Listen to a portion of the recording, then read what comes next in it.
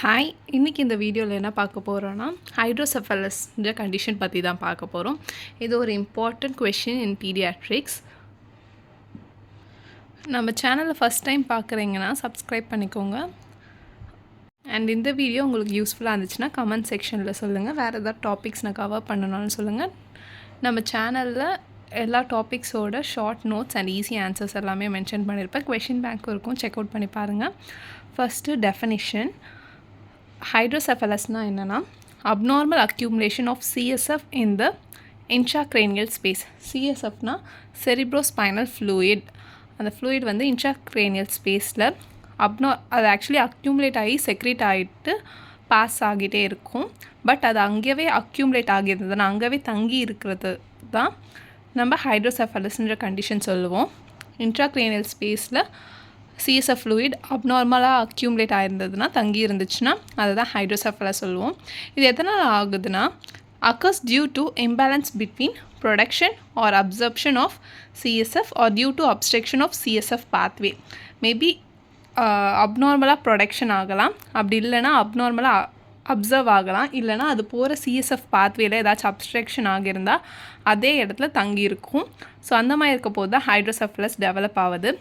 Results in the dilatation of the cerebral ventricles and enlargement of head. So இது பாசேஜ் ஆகாமல் அங்கேவே accumulate ஆகியிருக்கிறதுனால செரிப்ரல் வென்ட்ரிகல்ஸ்லாம் டைலேட் ஆகுது. டைலேட்னா பெருசாகிடுது. அண்ட் இதனால் பார்த்திங்கன்னா ஹெட்டும் என்லார்ஜ் ஆகிருக்கிறதும் பெருசாகிடும். ஸோ ஹைட்ரோசெஃபலஸ்னால் என்னென்னா சிஎஸ்எஃப் ஃப்ளூயிடோட ப்ரொடக்ஷன் இல்லை அப்சர்ப்ஷனில் எதனா ப்ராப்ளம் ஆச்சுனாலோ இல்லை அது மூவ் ஆகிற சிஎஸ்எஃப் பாத்வேல அப்ஸ்ட்ரக்ஷன் இருந்தாலோ என்ன ஆகும்னா அதே இடத்துல தங்கிரும், இன்ட்ராக்ரேனியல் ஸ்பேஸில் அக்யூமுலேட் ஆகியிருந்துடும். அதனால் வென்ட்ரிக்கல் செரிப்ரல் வென்ட்ரிக்கல் டைலேட் பெருசாகிறது, கூடவே ஹெட் என்லார்ஜ் ஆகிறது. இதுதான் வந்து ஹைட்ரோசெஃபலஸ் சொல்லுவோம். So CSF circulation and pathways பார்க்க போகிறோம். இது எதனால் அப்ஸ்ட்ரக்ஷன் இல்லை ப்ரொடக்ஷன் இல்லை அப்சர்ப்ஷனில் ஏதாச்சும் ப்ராப்ளம் ஆகுதான்றது இது மூலயமா தெரியும். எந்த இடத்துல ப்ராப்ளம் ஆகிறதுனால ஹைட்ரோசெஃபலஸ் வரும்ன்றது ஒரு ஐடியா உங்களுக்கு கிடைக்கும். ஃபஸ்ட்டு சிஎஸ்எஃப் செக்ரீஷன் எங்கே நடக்குதுன்னா CSF is secreted at the choroid plexus within the cerebral ventricles. Cerebral வென்ட்ரிகல்ஸில் கோராய்ட் பிளெக்ஸஸில் தான் செக்ரீஷன் ஆகுது சிஎஸ்எஃப் ஃப்ளூயிட். ஸோ செக்ரீஷன் ஆகும்போதே ப்ரொடக்ஷன்லேயே ஏதாச்சும் ப்ராப்ளம் ஆச்சுன்னா செரிப்ரல் வென்ட்ரிகல்ஸில் ஸ்டாக்னெட் ஆகிறது, அக்யூமுலேட் ஆகிறது. அதனால் செரிப்ரல் வென்ட்ரிகல்ஸ் வீக்கமாகலாம். இது எப்படி வந்து செக்ரீஷன் ஆகுதுன்னா by ultra filtration and active secretion மூலயமா தான் சிஎஸ்எஃப் செக்ரீஷன் நடக்குது. ஸோ ப்ரொடக்ஷன் ஆகலாம், அப்படின்னா அப்சர்ப்ஷன் எந்தெந்த இடத்துலலாம் அப்சர்ப்ஷன் ஆகுது. அண்ட் இதோட பாத்வேஸ் பார்த்திங்கன்னா லேட்ரல் வென்ட்ரிகல்ஸ்லேருந்து through foramina of Monro it passes to third ventricle. From third ventricle it passes through cerebral aqueduct or aqueduct of Sylvian to fourth ventricles pass ஆகுது. From fourth ventricle it passes through foramina lusca and foramina magentae to basal cisterns and subarachnoid space, and then it gets to reabsorption into venous channel and sinuses. So இந்த பாத்வேயில் எந்த பார்ட்டில் obstruction ஆகியிருந்தாலும் ஹைட்ரோசெஃபலஸ் வரத்துக்கு வாய்ப்புகள் இருக்குது. ஹைட்ரோசெஃபலஸ் ஆகும். So about 20 ml of CSF is secreted in an hour and 500 ml per day. 1 hourக்கு பார்த்திங்கன்னா 20 ml of CSF fluid secrete ஆகும். ஒரு நாளைக்கு 500 ml secrete ஆகும். In child the quantity is proportionally less and gradually increasing with age to the adult figure. During child period பார்த்திங்கன்னா கம்மியாக தான் secretion ஆகும். So வளர வளர இதோட செக்ரீஷனும் அதிகமாகும். இதோட ஈட்டியாலஜி பார்த்திங்கன்னா 2 காசஸ் இருக்குது. ஈட்டியாலஜின்றது காசஸ் தான். ஒன்று கஞ்சனிட்டல், பிறக்கும் போதே வரதுக்கு வாய்ப்புகள் இருக்குது, இல்லைனா அக்வைட். ஸோ கஞ்சனிட்டலில் பார்த்திங்கன்னா இன்ட்ராயூட்ரின் இன்ஃபெக்ஷன், அதாவது ப்ரெக்னன்சி பீரியடில் வர இன்ஃபெக்ஷனால் mainly due to rubella, toxoplasmosis and சைட்டோமெகலோவைரஸ்னால் வரலாம். நெக்ஸ்ட்டு கஞ்சனிட்டல் பிரெயின் டியூமர், பிறக்கும் போதே பிரெயின் டியூமராக இருக்க பேபிஸ்க்கு இது வரலாம். இன்ட்ராக்ரேனியல் ஹெமோரேஜ், ஏதாச்சும் பிளட் கிளாட் இருக்கிறதுனால வரலாம். கஞ்சனிட்டல் மால்ஃபார்மேஷன், பிறக்கும் போதே பேபிக்கு ஏதாச்சும் மால்ஃபார்மேஷன் இருந்துச்சுன்னா வரலாம். மால்ஃபார்மேஷன் ஆஃப் அரக்னாய்ட் வில்லை, நால கூட வரலாம். நெக்ஸ்ட்டு அக்வைடில் பார்த்தீங்கன்னா சேம் தான். இதில் எப்படி இன்ட்ராயூட்ரின் இன்ஃபெக்ஷனோ இங்கேயும் இன்ஃபெக்ஷன் ஆகும். இன்ஃப்ளமேஷன் அதாவது இன்ஃபெக்ஷன் ஆகியிருந்தால் மெனிஞ்சைட்டிஸ் என்செஃபலைட்டிஸ் கண்டிஷனோட அசோசியேட் ஆகி ஹைட்ரோசெஃபலஸ் வரலாம். நெக்ஸ்ட்டு இந்த சைடில் பார்த்தீங்கன்னா பிரெயின் டியூமர் மாதிரி, இந்த சைடில் நியோபிளாசம் சேம் டியூமர்னால வரலாம்.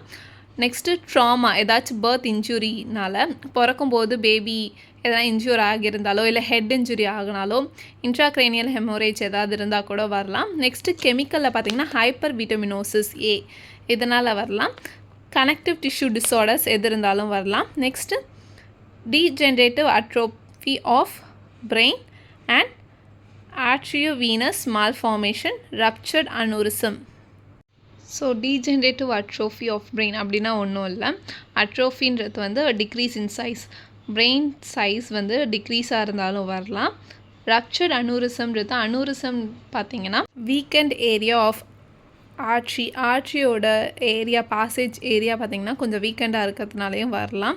ஸோ சிஎஸ்எஃப் ஃப்ளோ வந்து சரியாக இல்லாத போது ஹைட்ரோசெஃபலஸ் வரதுக்கு சான்சஸ் இருக்குது. ஸோ இதுதான் etiology of hydrocephalus, congenital and acquired. Mostly ரெண்டுத்துலேயும் சிமிலர் தான். Infection, tumour and any trauma இல்லை ஏதாச்சும் மால்ஃபார்மேஷன் ஆகிறதுனால தான் வரும். நெக்ஸ்ட்டு டைப்ஸ் பார்த்திங்கன்னா 2 இருக்குது. கம்யூனிகேட்டிங் ஹைட்ரோசெஃபலஸ், நான் கம்யூனிகேட்டிங் ஹைட்ரோசெஃபலஸ். கம்யூனிகேட்டிங் ஹைட்ரோசெஃபலஸ்னால் இது எதனால் பிளாக்கேஜ்னால் வராது. There is no blockage and maybe in failure in absorption of CSF or excessive production of CSF. So பாத்வேல எந்த ப்ராப்ளமும் இருக்காது, எந்த பிளாக்கேஜும் இருக்காது. சிஎஸ்எஃப் ப்ரொடக்ஷன் இல்லைனா அப்சர்ப்ஷனில் வர ப்ராப்ளம்னால வரது தான் கம்யூனிகேட்டிங் ஹைட்ரோசெஃபலஸ்.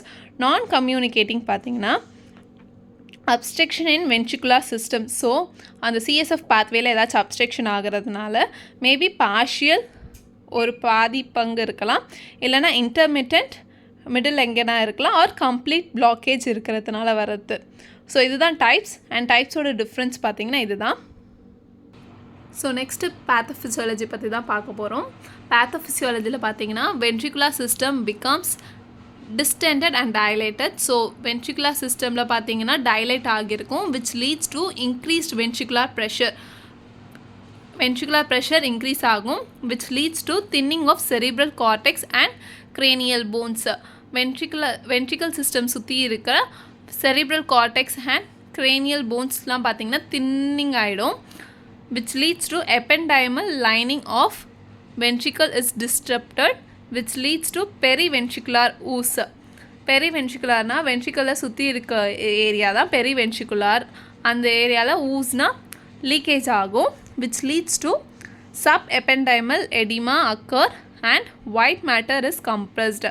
எடிமான்றது வீக்கம் தான், அந்த இடம் வீக்கமாகிருக்கும், which leads to downward bulging of the third ventricle, compress the optic nerves and hypophysis cerebri with dilatation of sella turcica, which leads to atrophy of choroid plexus and cortex occurs. இதுதான் simple pathophysiology. Next இதோட clinical features நான் infant and then in children சொல்லி தனித்தனியாக mention பண்ணியிருக்கேன். First பார்த்திங்கன்னா enlargement of head enlargement பார்க்கவே மண்டை பெருசாக இருக்கும். Delayed closure of anterior fontanel. So infant baby பார்த்திங்கன்னா anterior and posterior fontanel closure இருக்கும், அது ரொம்ப நாள் ஆகும் க்ளோஸ் ஆகிறதுக்கு. Tense and bulging fontanel with open sutures and then increased intracranial pressure இருக்கும். Alteration of muscle tone of the extremities, அதாவது spasticity of extremities சொல்லுவாங்க. நெக்ஸ்ட்டு இன் சில்ட்ரன் பார்த்திங்கன்னா ப்ரொட்ரூடிங் ஹெட், ஃபோர்ஹெட் பார்த்திங்கன்னா ரொம்ப முன்னாடி இருக்க மாதிரி இருக்கும், நல்லா வீக்கமாக இருக்கிற மாதிரி இருக்கும். Shiny scalp with prominent scalp means.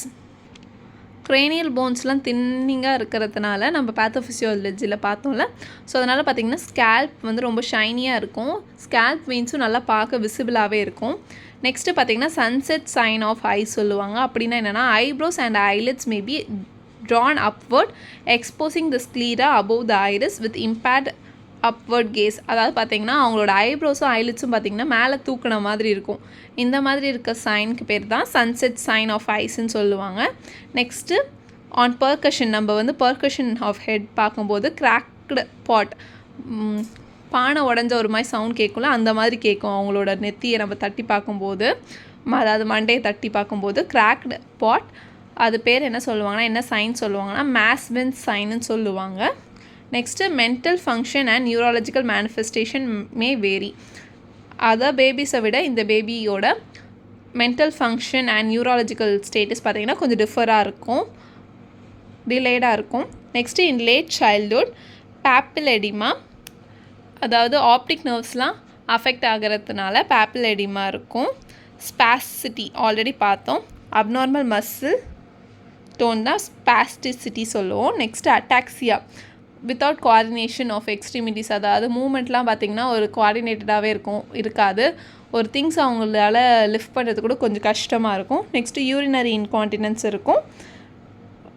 Progressive டிட்டாரேட்டேஷன் of mental ஆக்டிவிட்டீஸில் changes இருக்கும் இவங்களுக்கு மற்ற பேபிஸை விட, ஆஃப் சேம் ஏஜை விட இவங்களுக்கு கொஞ்சம் டிஃபர் இருக்கும்.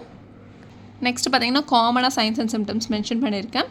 Increased ICP, intracranial pressure with science and symptoms as nausea, vomiting, restlessness, irritability, high pitch shrill cry. இன் இன்ஃபேன்ட்ஸ் பார்த்திங்கன்னா வாய்ஸே வேறு மாதிரி இருக்கும் அழுகும்போது. irregular and decreased respiration, decreased pulse, increased temperature and systolic pressure, pupillary changes, tense and bulging fontanelle, increased head circumference, convulsions, lethargy, stupor and coma present ஆகிறதுக்கு chances இருக்குது. Next பார்த்திங்கன்னா older சில்ட்ரனில் பார்த்திங்கன்னா headache, lethargy, fatigue, apathy, personality changes and visual problems இதெல்லாமே இருக்கும். இது காமனாக mention பண்ணியிருக்கிறது. நெக்ஸ்ட் இதோட டயக்னோஸ்டிக் எவல்யூஷன் பார்த்திங்கன்னா ஃபிசிக்கல் எக்ஸாமினேஷன் மெயினாக பார்த்திங்கன்னா ஹெட் சர்க்கம்ஃபரன்ஸ் மெஷர் பண்ணணும். Next neurological assessment, neuro status changes இருக்கிறதுனால நியூராலஜிக்கல் அசஸ்மெண்ட் பண்ணணும். ஆப்தல்மோஸ்கோப்பி எதுக்காகனா விஷன், அதாவது பேப்பிள் எடிமா அந்த மாதிரிலாம் இருக்கிறதுனால விஷன் சேஞ்சஸ் ஆகிறதுக்கு வாய்ப்பு இருக்குது. ஸோ டயக்னோஸ்டிக் எவல்யூஷனில் அதுவும் பார்க்கணும். MRI, CT scan, X ray of the skull and cranial ultrasonography or other diagnostic procedures for finding hydrocephalus. Next மேனேஜ்மெண்ட்டில் பார்த்திங்கன்னா ஃபஸ்ட்டு மெடிக்கல் மேனேஜ்மெண்ட். இதில் இன்க்ரீஸ்ட் இன்ட்ராக்ரேனியல் ப்ரெஷர் இருக்கிறதுனால ஃபஸ்ட்டு அதுக்காக தான் டு ரெடியூஸ் இன்ட்ராக்ரேனியல் ப்ரெஷர் என்ன கொடுப்பாங்கன்னா carbonic anhydrase inhibitor, acetazolamide, Diamox, mainly Diamox tablet 50 mg per kg per day start பண்ணுவாங்க. Next oral glycerol கொடுப்பாங்க அண்ட் ஐசோசார்பைட். இதுதான் medical management for hydrocephalus. Next surgical management. இது பார்த்திங்கன்னா obstructive ஹைட்ரோசெஃபலஸ்க்கு தான் இது indicated for obstructive ஹைட்ரோசெஃபலஸ், அதாவது ப்ரொடக்ஷன் அண்ட் அப்சர்ப்ஷன் இல்லாமல் obstruction ஆகுது, அதாவது நான் கம்யூனிகேட்டிங் ஹைட்ரோசெஃபலஸ்க்கு தான் இது இண்டிகேட்டட். ஃபஸ்ட்டு வென்ட்ரிகுலாஸ்டமி. இதில் என்ன பண்ணுவாங்கன்னா ஆஸ்டமினாலே ஓப்பனிங் பண்ணிவிட்டு அதுலேருந்து ட்ரெயின் பண்ணிடுவாங்க ஃப்ளூயிடை. நெக்ஸ்ட்டு கோராய்ட் பிளெக்ஸோட்டமி, சர்ஜிக்கல் ஷன்ட்ஸ் ஏதாச்சும் பிளேஸ்மெண்ட் பண்ணுவாங்க. இன்ட்ராக்ரேனியல் ஆர் எக்ஸ்ட்ராக்ரேனியல் ஷண்ட் என்ன பண்ணுன்னா bypass obstruction and to divert CSF from ventricular system to other compartment. So obstruction area வந்து bypass பண்ணுவாங்க அண்ட் அதில் இருக்க ஃப்ளூயிடை அதர் கம்பார்ட்மெண்ட்க்கு டைவர்ட் பண்ணுறதுக்கு யூஸ் ஆகும். மோஸ்ட் காமன்லி பார்த்திங்கன்னா எக்ஸ்ட்ரா வென்ட்ரிகுலர் ஷண்ட்டில் என்னென்ன பண்ணுவாங்கன்னா ventriculo peritoneal shunt, VP shunt பண்ணுவாங்க.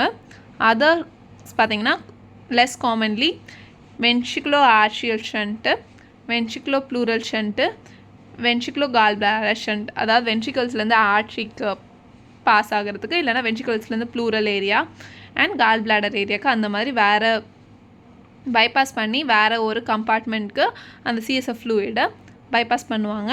நெக்ஸ்ட்டு நர்சிங் மேனேஜ்மெண்ட்டில் ஃபர்ஸ்ட்டு நம்ம என்ன பண்ணோன்னா ஃபிசிக்கல் அசஸ்மெண்ட் நம்ம பண்ணணும்னு சொல்லியிருந்தால டெய்லி மெஷரிங் ஆஃப் ஹெட்டோட measurement daily each day measure பண்ணியிருக்கணும். அண்ட் என்னெல்லாம் அசஸ் பண்ணணும்னா லெவல் ஆஃப் கான்ஷியஸ்னஸ், ஏன்னா நியூராலஜிக்கல் ஸ்டேட்டஸில் அஃபெக்ட் ஆகலாம். Next pupillary response, eye checkup பண்ணணும். வைட்டல் சைன்ஸ், ஏன்னா ரெஸ்பிரேஷன் அண்ட் சிஸ்டாலிக் ப்ரெஷர், டெம்பரேச்சர்லாம் இன்க்ரீஸ் ஆகிறதுக்கு வாய்ப்பு இருக்குது. ஸோ வைட்டல் சைன்ஸ் ரெகுலராக மானிட்டர் பண்ணணும். Pattern of respiration, signs of increased ICP, அதாவது நாசியா, வாமிட்டிங் அந்த மாதிரி ஏதாச்சும் சிம்டம்ஸ் இருக்கான்னு பார்க்கணும். இன்கான்டினன்ஸ் ஆஃப் பிளாடர், ஏன்னா யூரினரி இன்கான்டினன்ஸ் சைல்ட்ஹுட் பீரியடில் சைன்ஸ் அண்ட் சிம்டம்ஸில் நம்ம பார்த்தோம். ஸோ அதில் சேஞ்சஸ் இருக்கான்னு பார்க்கணும். நியூரோ டெஃபிசிட் ஏதாச்சும் இருக்கா, motor activity and feeding behaviour of infant பேபியோட ஃபீடிங் பேட்டர்ன் நம்ம கண்டிப்பாக பார்த்துருக்கணும். Next nursing diagnosis. First one, altered cerebral tissue perfusion related to increased intracranial pressure. Second one, altered nutrition less than body requirement related to reduced oral intake and vomiting. Next பார்த்தீங்கன்னா risk for impaired skin integrity related to enlarged head. So பேபிக்கு பார்த்திங்கன்னா head பெருசாக இருக்கிறதுனால இந்த பக்கம் அந்த பக்கம் turn பண்ண மாட்டாங்க அவ்வளோவா. ஸோ அதனால் ஸ்கின் இன்டெகிரிட்டி இம்பேர் ஆகிறதுக்கு வாய்ப்பு இருக்குது. Next anxiety related to abnormal condition and surgical intervention. Risk for infection related to surgery and shunt placement. Next பார்த்தீங்கன்னா risk for fluid volume deficit related to CSF drainage. அதாவது வென்ட்ரிகுலோஸ்டமில் பார்த்தீங்கன்னா CSF drainage பண்ணுவாங்க. And then nausea and vomiting இருக்கிறதுனால கூட risk for fluid volume deficit ஆகலாம்.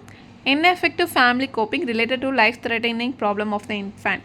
Nursing இன்டர்வென்ஷனில் பார்த்தீங்கன்னா ஃபர்ஸ்ட் ஒன் பார்த்தீங்கன்னா providing adequate nutrition by exclusive breast feeding. அதாவது இன்ஃபேண்ட் பேபிக்கு பார்த்தீங்கன்னா நியூட்ரிஷன் தான் நமக்கு ஃபஸ்ட்டு ப்ரியாரிட்டி. அதில் breast feeding கண்டிப்பாக பண்ணியிருக்கணும், மதர்கிட்ட எஜுகேட் பண்ணியிருக்கணும். Next for older children small frequent feeding கண்டிப்பாக இருக்கணும். மெயின்டைன் ஸ்கின் இன்டெகிரிட்டி, ஏன்னா risk for impaired skin integrity பார்த்தோம். ஸோ மெயின்டைன் ஸ்கின் இன்டெகிரிட்டினா அப்பப்போ பேபியை டேர்ன் பண்ணி பார்க்குறது, ஒரு கம்ஃபர்ட் டிவைஸ் அதாவது பில்லோ எக்ஸ்ட்ரா அந்த மாதிரிலாம் வைக்கணும். Next reassurance to parents as they have fear of surgical intervention and the diagnose, அது கண்டிப்பாக நம்ம கொடுத்துருக்கணும்.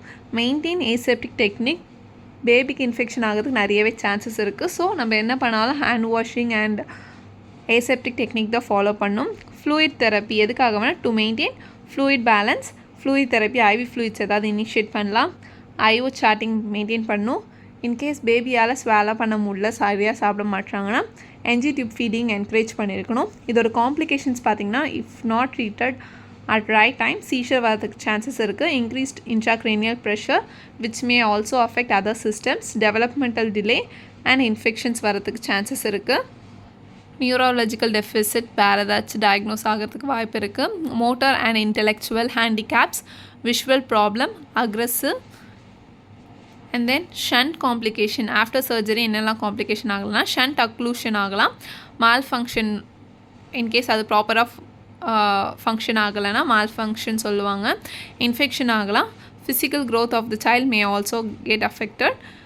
பிஏ ஷண்ட் ப்ளேஸ் பண்ணுறதுனால எண்டோகார்டைட்டிஸ், அதாவது ஆர்ட்ரியில் தானே நம்ம ஷண்ட் ப்ளேஸ் பண்ணுறோம், ஸோ எண்டோகார்டைட்டிஸ் வரலாம். Next பாக்டீரியேமியா, thrombo embolism, வென்ட்ரிகுலைட்டிஸ் and கார்பல்முனல் etcetera இந்த மாதிரி நிறைய வரத்துக்கு வாய்ப்புகள் இருக்குது. ஸோஃபா நான் எல்லாமே கவர் பண்ணிட்டேன். ஃபர்ஸ்ட்டு நம்ம டெஃபினேஷன்லாம் என்னென்னு பார்த்தோம். சிஎஸ்எஃப் ஃப்ளூயிட் அக்யூமுலேட் ஆகியிருக்கிறது தான் ஹைட்ரோசெஃபலஸ் சொல்லுவோம். அதோட circulation, secretion and absorption pathway நம்ம பார்த்தோம்.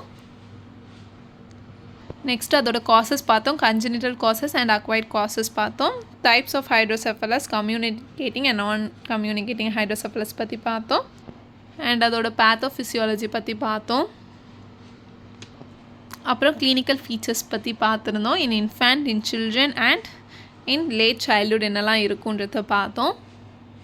காமன் சைன்ஸ் அண்ட் சிம்டம்ஸ் என்னென்னன்றது பார்த்தோம். அதோட டயக்னோஸ்டிக் எவாலுவேஷன் என்னெல்லாம் பண்ணலான்றதை பார்த்தோம். மெடிக்கல் மேனேஜ்மெண்ட் தனியாக பார்த்தோம். சர்ஜிக்கல் மேனேஜ்மெண்ட்டில் ஷன்ட்ஸ் பற்றி பார்த்தோம் அண்ட் என்ன சர்ஜரி இருக்குன்றதையும் சொல்லியிருந்தேன். நெக்ஸ்ட்டு நர்சிங் மேனேஜ்மெண்ட்டில் ப்ரியாரிட்டைஸ் பண்ணி பார்த்துருந்தோம். அண்ட் நர்சிங் டயக்னோசிஸ் என்னெல்லாம் இருக்குன்றத பாயிண்ட் பை பாயிண்ட் மென்ஷன் பண்ணியிருக்கேன். அண்ட் நர்சிங் இன்டர்வென்ஷன் எல்லாம் கொடுக்கணுன்றதையும் நான் சொல்லியிருக்கேன். காம்ப்ளிகேஷன்ஸ் பற்றியும் பார்த்துட்டோம். ஸோ ஃபார் இந்த வீடியோ உங்களுக்கு யூஸ்ஃபுல்லாக இருக்கும்னு நினைக்கிறேன். அப்படி யூஸ்ஃபுல்லாக இருந்ததுன்னா கமெண்ட் செக்ஷனில் சொல்லுங்கள். வேறு ஏதாச்சும் டாபிக்ஸ் கவர் பண்ணணுன்னாலும் கமெண்ட் செக்ஷனில் சொல்லுங்கள். தேங்க்யூ.